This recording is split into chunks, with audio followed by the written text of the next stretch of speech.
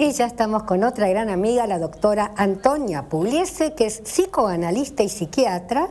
Y con ella vamos a hablar, bueno, de un tema que también lo pidió una señora o señorita, Adela, de Villa del Parque. El tema es curioso porque lo tocamos ya hace unos días en la radio y llamó muchísima gente. Es un tema que no va a pasar desapercibido. Me enamoré de mi psicólogo o me enamoré de mi psicóloga, ¿no es cierto? Del terapeuta. Puede ser de uno o de otro, sí. ¿Bien es común esto, Antonia? Sí, es bastante común, pero no tanto. Ahora se exagera un poco en las películas eso, ¿no? Ajá. Pero lo que pasa es que muchas veces se calla.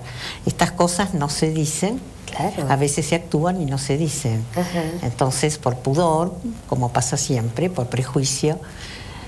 Pero es interesante el tema, sobre todo ahora en primavera, ¿no? Sí. Me enamoré del terapeuta, que puede ser psicólogo, psicoanalista, de ambos sexos, de uno u otro sexo, y uno se pregunta, ¿por qué se enamorará del terapeuta, que es una persona que apenas conoce, que puede ser, no sé, buen mozo o no, puede ser, qué sé yo, simpático o no antipático? Y entonces, ¿qué pasa? ¿Por qué esta paciente tiene esa sensación, esa cosa de sentirse enamorada por esta persona? Entonces acá tenemos que hablar de la transferencia. La transferencia es un fenómeno que está en todos lados. Es decir, yo estoy hablando con vos, acá también hay una transferencia, ¿no es cierto? Positiva, porque hay, lo que se dice vulgarmente, hay onda.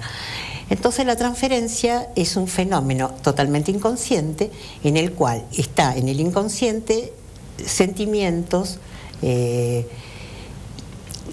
figuras humanas, sentimientos, emociones, broncas, bueno, está dentro de las emociones, ¿no es cierto? Sí. Que se generan en la primera infancia, en los contactos vinculares con los primeros contactos vinculares, que son generalmente los padres, otras personas. Entonces, ¿qué pasa? Esto sigue persistiendo en el inconsciente de esa persona, sin que se dé cuenta.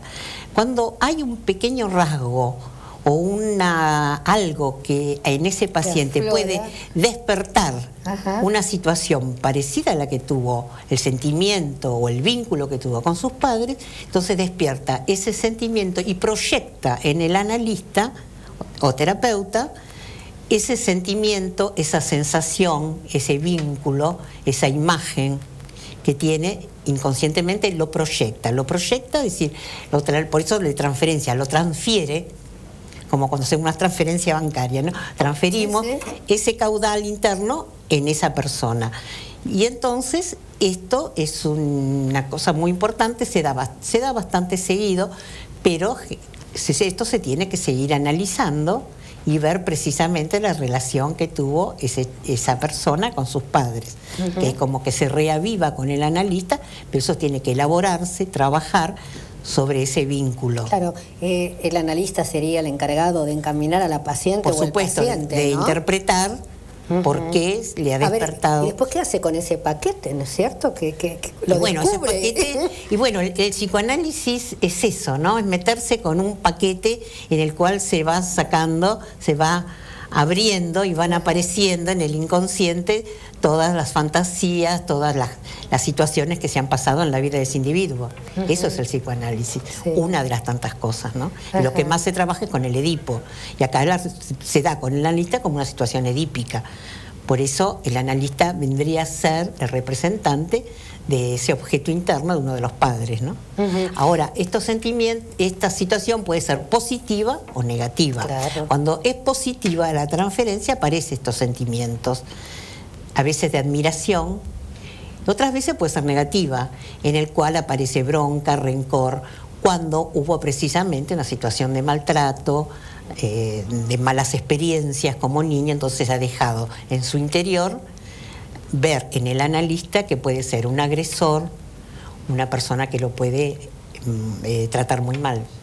Por eso el rencor y la bronca que siente. Nos contaba un chico de 21 años, ¿no es cierto?, que llamó a la radio, en el cual él se estaba analizando con una terapeuta mujer con más o menos 15 años más que él, casada y con 2 chiquitos. Entonces, bueno, se enamoró el chico se enamoró de la terapeuta, ¿no? Y dejó la terapia. El muchacho. El muchacho abandonó su terapia. Y la terapeuta, como al mes, le habla por teléfono que se iba a separar de su esposo porque estaba enamorada de su paciente. Y entonces el chico, en ese momento dijo, ¿y ahora qué hago? Porque mientras está en la fantasía y todo, se vio de pronto... Claro, con la realidad. Con la realidad que iba a tener 2 hijos, de pronto, ¿no es cierto? Y con la terapeuta. Claro, pero es interesante el ejemplo que das, ¿no? Ajá. Porque una cosa es estar en el consultorio, donde es el ambiente propicio para que afloren estas fantasías, claro, las cuales tienen que ser analizadas y no actuadas, ¿no? Por eso vos dijiste muy bien, una cosa es dentro del consultorio, otra cosa, porque ahí siempre se habla de lo hipotético, de lo que se siente, pero en relación con el inconsciente de esa persona, y no con la figura real del analista. Y, por ejemplo, si es al revés...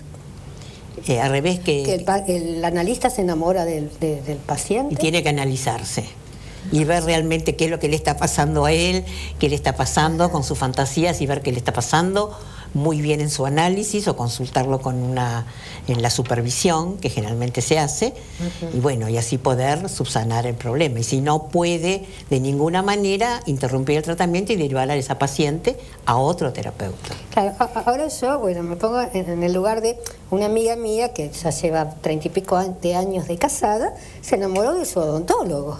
Ah, bueno. Ahí no hubo drama, entonces. ¿Cuál es la diferencia? Y bueno, que en odontólogo las situaciones más reales, también se da la transferencia, porque uno idealiza, siempre la persona que más o menos nos cura o nos atiende, es una figura un poco idealizada, claro, una figura buena, en el cual terminan, eso le pasa a los chicos con la maestra, que se enamoran de la maestra, ¿no es cierto? La alumna del profesor. Claro, chicos, alumna del profesor, exactamente. Hay canciones, se ven en el cine, muchas veces esas cosas, se da mucho esa situación, que son situaciones asimétricas, por eso cuando realmente la relación se da, ya la idealización se pierde, y entonces muchas veces esas parejas fracasan, ¿no? También es, por ejemplo, podría llegar a ser, ¿no es cierto? Bueno, es cómodo, me enamoro del psicólogo o al revés, ¿no? Porque es una situación que me tiene en la fantasía y no tengo que afrontar una realidad afuera. Claro, claro, sí, sí. Es decir, por eso se tiene que siempre analizar la gente dentro del consultorio. Porque desgraciadamente últimamente, y siempre fue un poco así, donde en una época el psicoanálisis era más rígido, ¿no? Con estas cosas no tan rígidas, ahora se trata, hay muchas actuaciones de parte de muchos analistas. Sí, sí. Desgraciadamente es así. El paciente también, sale siempre perjudicado en esa situación. También como uno se entera por los pacientes, hay que ver qué hay de verdad. Por eso también. ¿No? Son cosas delicaditas, ¿no? Que necesitan analizarse con profundidad.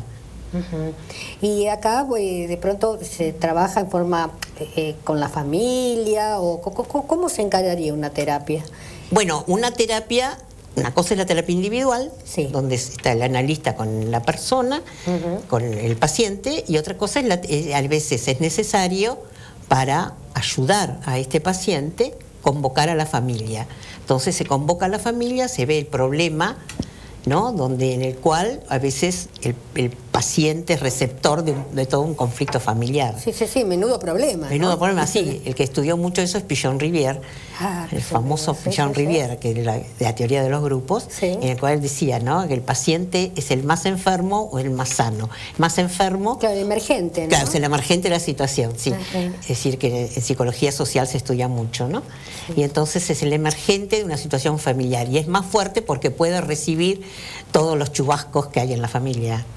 Por eso a veces por eso es importante tu pregunta, porque a veces es necesario tratar a la familia, porque cuando el paciente empieza, sobre todo yo que trabajé muchos años con chicos, a veces el chico es el emisario de la problemática familiar. Cuando el chico se empieza a mejorar, la familia lo saca del tratamiento. No les conviene. No les conviene, porque afloran los otros problemas, ya no es más el receptor. Claro. Bien. Hacia el final del programa me vas a dar una reflexión final con respecto al tema.